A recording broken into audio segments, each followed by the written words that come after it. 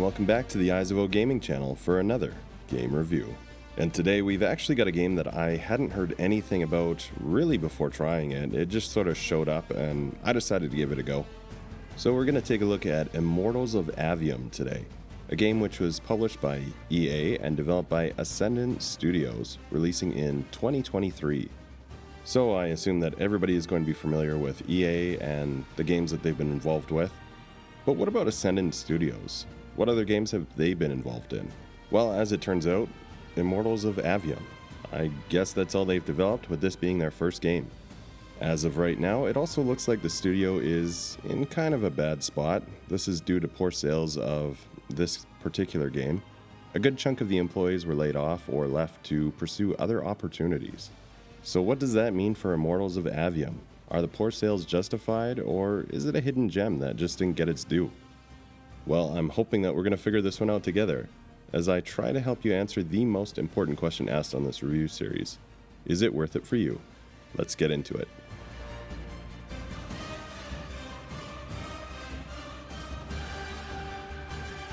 So let's set this one up so you have an idea of what to expect coming in. Players are going to take control of Jack.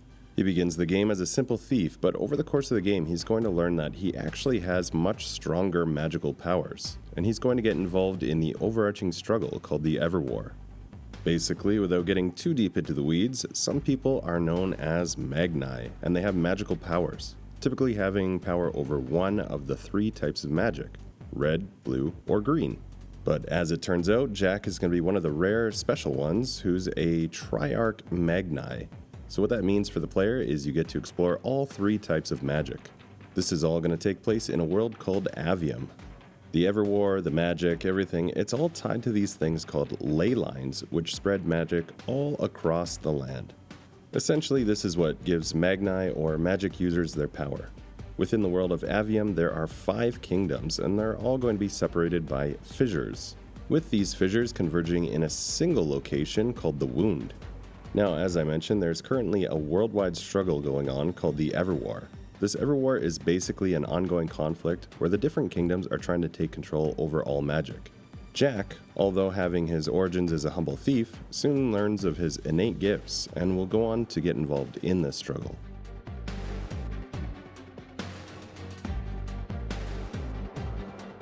So as far as comparing this game to others, I honestly got a vibe similar to the modern Doom games.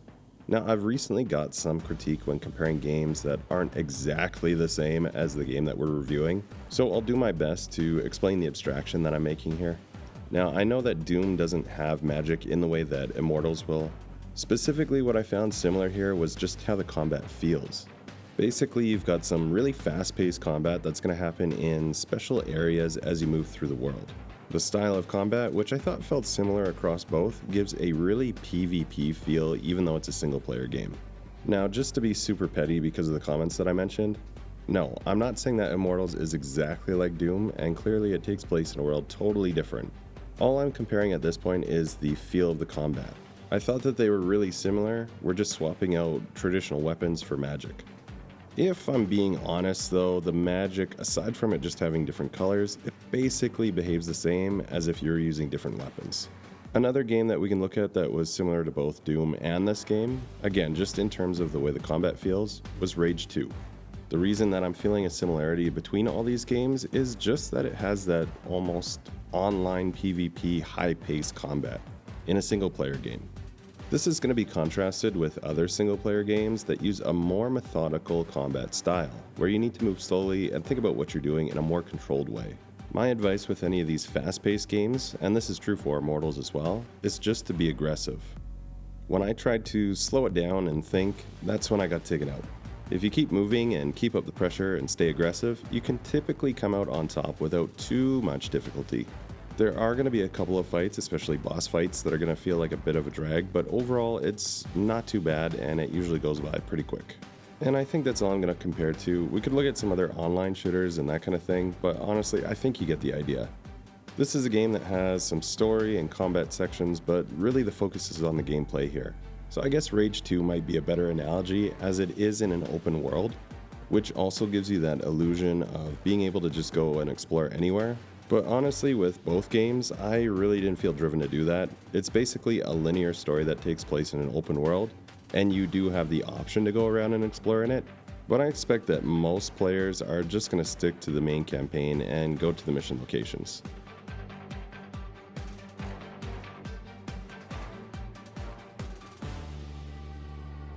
We're playing a first-person action-adventure fantasy RPG.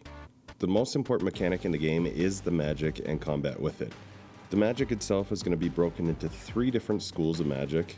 In the game, it's explained that a Magni needs to wear a sigil to harness the power of the particular type of magic.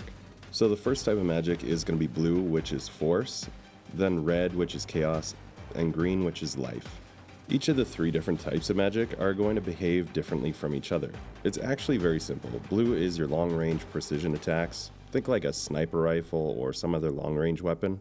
Red is going to be chaos or close-range, high damage, so shotguns and grenades. And lastly, we have green, which is life magic. It's basically going to be your rapid fire and also has some homing capability. So you could think like an SMG but with homing, so maybe the Needler from Halo if you want something that's familiar. We also have some different spells for each. We have strike spells, which are going to be your basic attack spell, fury spells, which are your heavy attack spells. Each type of magic is going to have 2 different fury spells, and furies are going to drain the mana bar. This means that there is some limitation to their use, but all you need to do is get a mana crystal to refill the bar. Personally, when I played through, I found that the crystals were really quite plentiful, and so I never really ran out of juice when I needed it. There's control spells, which are used to manipulate the environment, and there's 1 control spell for each of the 3 magic types. You've also got augment spells. These are going to be things like shields or hovering. And lastly, we have a domination spell. This is like your super weapon that combines all 3 types of magic into one, and you only use it when you absolutely need to. Aside from all those spells we just went through, you're also going to have different gear or equipment. Sigils, as I mentioned, are used to channel the different types of magic. Totems enhance your control spells, bracers boost fury spells and mana regen, and you can also wear rings that are going to have different passive stat boosts. When it comes to all this different gear that you're going to equip, basically the rarity of the item equates to the strength of the item. The rarer, the stronger. You also have some RPG elements such as skill progression. This is done by purchasing talents. Talents are basically upgrades to spells, so you can customize your version of Jack to better fit your playstyle. In order to do that, you're going to use Ascension points. This is basically experience in most other games, and purchase talents in one of the 3 magic schools in order to improve your abilities in that type of magic. So when you're not engaged in combat in this game, most of the rest of the gameplay revolves around puzzles. There are going to be some required puzzles in order for you to progress through the main story, but I found that those were typically really quite simple. Some of the more complex puzzles are going to be used to unlock the way to special gear or some other kind of reward.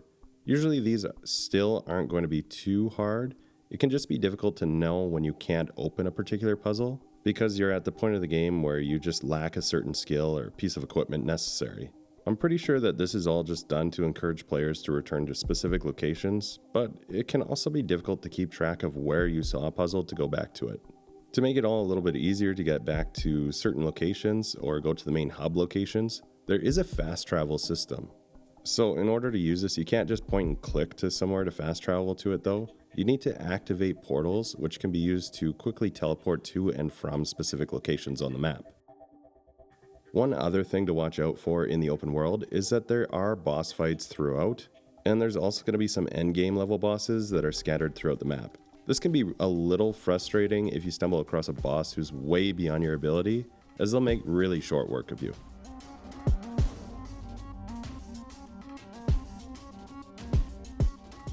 So personally, I felt like this was one of the strongest parts of the game.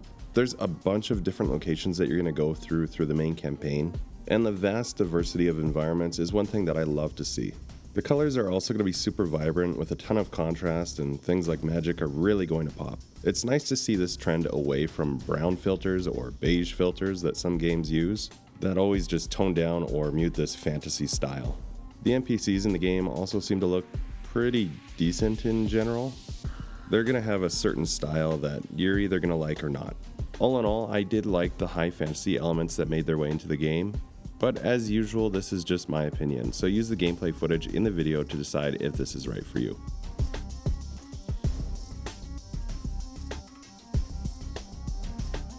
So I actually ran into a number of graphical glitches, as well as bugs such as mission checkpoints not loading, or things not triggering I should say, and I did have a couple of crashes.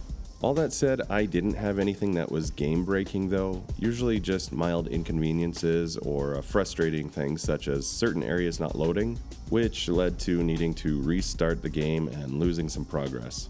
It was never a huge amount though, just you can sometimes get through some tough fights only to have the game bug out and needing to reload prior to it, meaning that you have to replay through those. As for the unique aspects in the game, well, the 3 different colors of magic or different types of magic is a different take on things. Unfortunately though, it's more surface level or cosmetic, as the style that they go for ends up making it feel like more of a standard shooter. You basically just have short, medium, and long range weapons, but instead of traditional ammunition, you're just firing some bolts of colored light. The game also has a fully voiced protagonist, which is either a positive or negative depending on how you feel about that.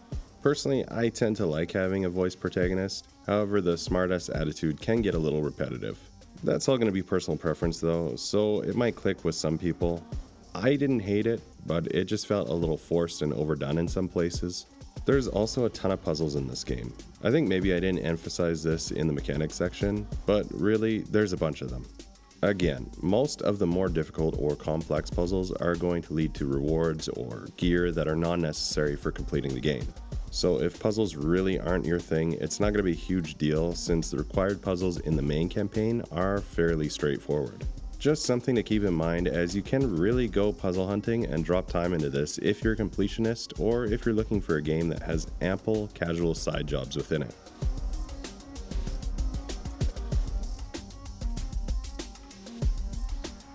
Overall, I thought that sound was actually pretty good. Most of the dialogue is decent, but it does have some weird or awkward moments. I feel like this one is a little different from many others, as it likes to infuse humor and a more modern style within this fantasy world. Where most fantasy games like this might go for a more serious route or try for an authentic antiquity feel, even amongst all the high fantasy elements, it feels like Immortals goes the opposite direction with the smart-ass or sarcastic humor. This is probably going to be a real hit or miss with different players. If you like the self-aware, sarcastic styled protagonist, this is probably going to click with you. If you're looking for characters with personalities that are more grounded or in a serious style, built in a fantasy world, well, this isn't going to be that. I'll play some examples here of the standard sound effects as well as some snippets of the dialogue so that you can get an idea of what to expect in this one. And what's his name?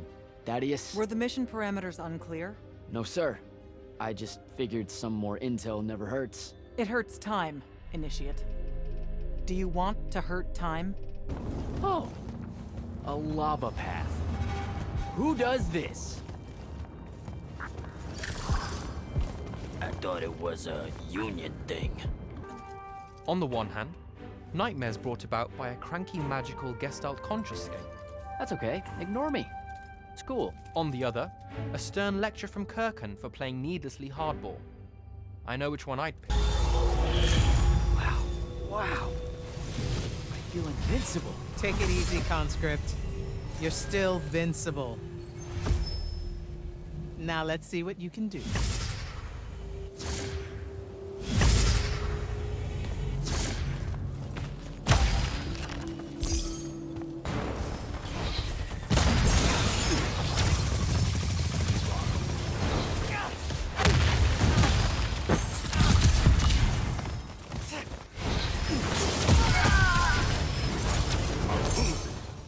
So hopefully now you have kind of an idea of what to expect in the game.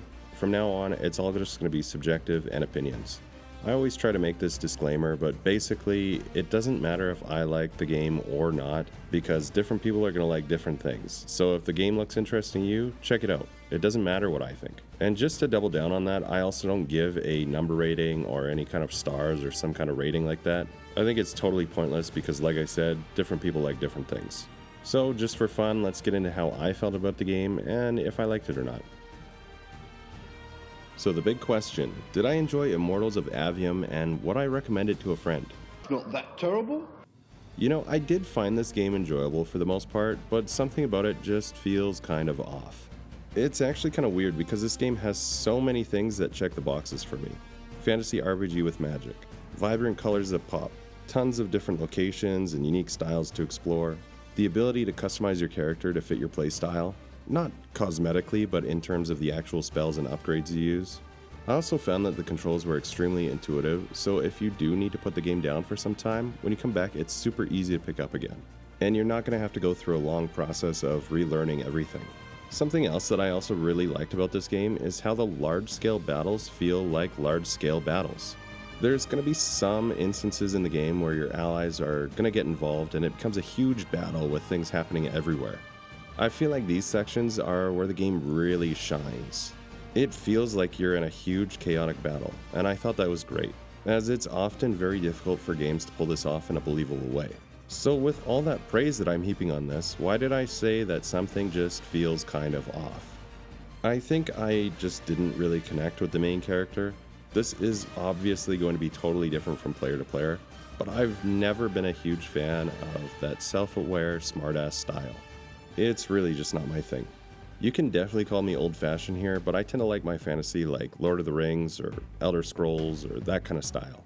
In that kind of style, there's definitely moments of humor, but overall there's a more serious tone to it. In Immortals, we have a high fantasy game where the characters are bouncing one-liners off each other or talking like they're in a Marvel movie or something like that. I know that this style is definitely going to work for some people, and it didn't ruin my experience or anything. Like I said, I did enjoy it for the most part, but all this snappy style of humor did take me out of the immersion. So going back to the original question that I asked in the beginning of the review, do I think that low sales numbers are justified, or is it a hidden gem? I think I can understand why this game got low sales numbers, but at the same time, I thought it was more fun than a lot of other newer games coming out, so I don't think it deserved to be a complete flop. I don't actually know the sales numbers, so I don't know if it's a complete flop, but they do say that the sales numbers directly resulted in the personnel layoffs and people leaving the studio. If you like the mindless fun combat style, like a Michael Bay of video games, this can be a really good one to throw on and go crazy with. Don't get me wrong, there is a story here, but you're just dropped in really abruptly and the story is just there and around you. But the player is not really eased into it in a way that allows you to fully embrace the world that you're experiencing. At the end of the day, I'm going to recommend this for people who like fast-paced combat, games with a ton of variety of locations, and bonus points for gamers who like irreverent or sarcastic humor in their fantasy games. So I hope you enjoyed this look at Immortals of Aveum. Please let me know down in the comments if you agreed with my own opinion or not. And if you found the video helpful or entertaining, please give it a like and also consider subscribing to the channel. There's a bunch of other reviews on the channel as well as walkthroughs and other gaming content, and I'd love to have you join the community and help direct the future of the channel. Thank you so much for watching today, and until next time, take care.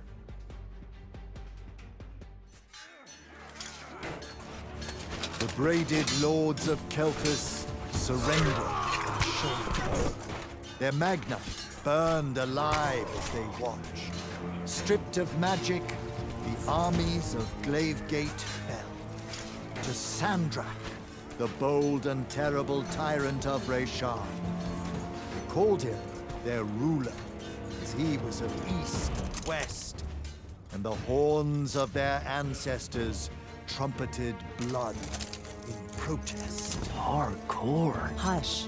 Passage to the sands of Oromon was secured. The Sky Islands, Careful. unaware the Everwar I'm being approached careful. with winged As careful as sand last time. at his Careful, head. And the wound That's not a word. now earth yawned wide as he spoke, declaring, The Mad Knight